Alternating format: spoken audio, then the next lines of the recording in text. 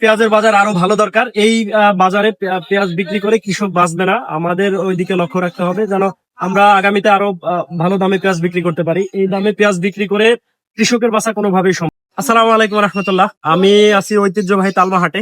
আজকে পেঁয়াজের বাজার সম্পর্কে আমি আপনাদেরকে জানাইতে চেষ্টা করবো। আজকে পেঁয়াজের বাজার একেবারে সর্বোচ্চ পেঁয়াজ যেটা আছে মাথায়, একটু ছোট সাইজের চিকুন, এই পেঁয়াজটা বিক্রি হচ্ছে 1020 টাকা বা 10 টাকা এমন। তবে খুব সকালে যেগুলো বিক্রি হয়েছে সেগুলো 1050 টাকা পর্যন্ত বিক্রি হয়েছে।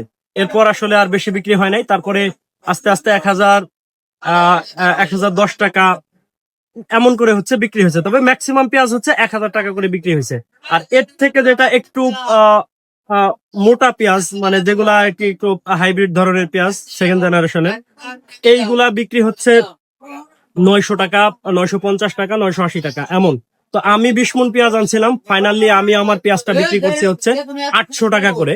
তো আমার পেঁয়াজটা একটু কম যাওয়ার মানে হচ্ছে এটা একটু কাঠি ছিল, আর মেশিনে রাখার কারণে পেঁয়াজগুলো একটু ছোট হয়ে যায়, যার কারণে আমি একটু কম দামে বিক্রি করতে পারছি। তবে আজকে তালমা বাজারের যেই অবস্থা, এই অবস্থাটা হচ্ছে বাজারটা মোটামুটি একটু মানে 800 টাকা যেখানে ভালো মাথার পেঁয়াজ ছিল, সেখানে আজকে আমরা দাম পেলাম হচ্ছে যেটা খারাপ সেটা পেলাম 800 টাকা, যেটা ভালো সেটা 1050 টাকা পর্যন্ত বিক্রি হয়েছে। তো আমি এখনো সেই তালমা হাটে আছি, আমার বেচা বিক্রি শেষ, এখন আমি চলে যাবো। তবে আমি এই আপডেটটা আমি আপনাদেরকে দেওয়ার চেষ্টা করলাম যে এখানে রসুনের বাজার হচ্ছে 1600-1700 টাকা, এবং এখানে পেঁয়াজ এবং রসুন দুইটাই বিক্রি হয়। তবে রসুনটা খুব কম, পেঁয়াজটা একটু বেশি।